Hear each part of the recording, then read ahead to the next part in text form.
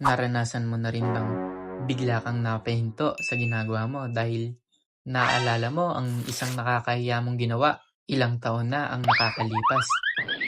Nadapa sa harap ng maraming tao o may nasabi kang gusto mong bawiin?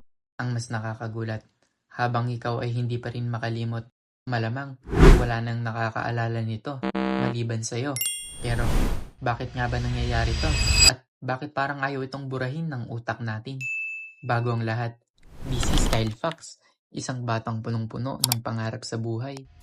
Ang sagot ay may kinalaman sa paraan ng pagproseso ng ating utak sa emosyon.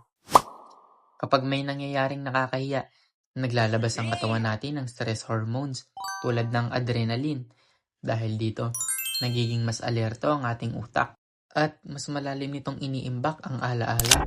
Para bang sinasabi ng ating utak, uy, mahalagang tandaan nito para hindi na maulit. May tawag din ang mga psychologist dito. Tinatawag nila itong negativity bias. Ibig sabihin, mas malakas ang epekto ng mga negatibong karanasan kaysa sa mga positibo. Isang 10 minutong papuri ay maaaring mas mabilis nating makalimutan. Pero isang 5 segundong kahihiyan ay maaari nating maalala kahit makalipas ang maraming taon.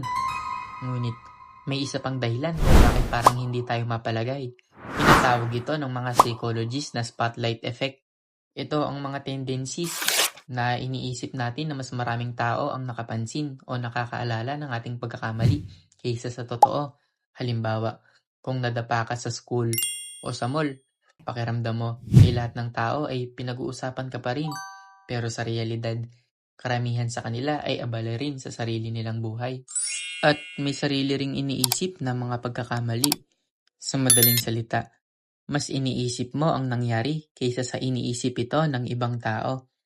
May mga pag-aaral ding nagpapakita na habang tumatagal, mas lumalala ang pakiramdam natin tungkol sa isang nakakahiya nating alaala dahil paulit-ulit natin itong nire-replay sa isip sa bawat pag-alala.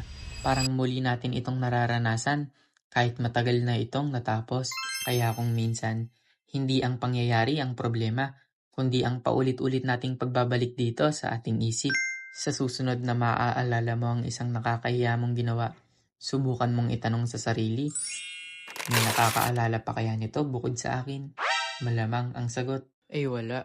Habang ikaw ay nag-aalala sa isang pagkakamali noong nakaraan, ang ibang tao ay abala rin sa pag-aalala sa sarili nilang mga nakakahiyaring karanasan.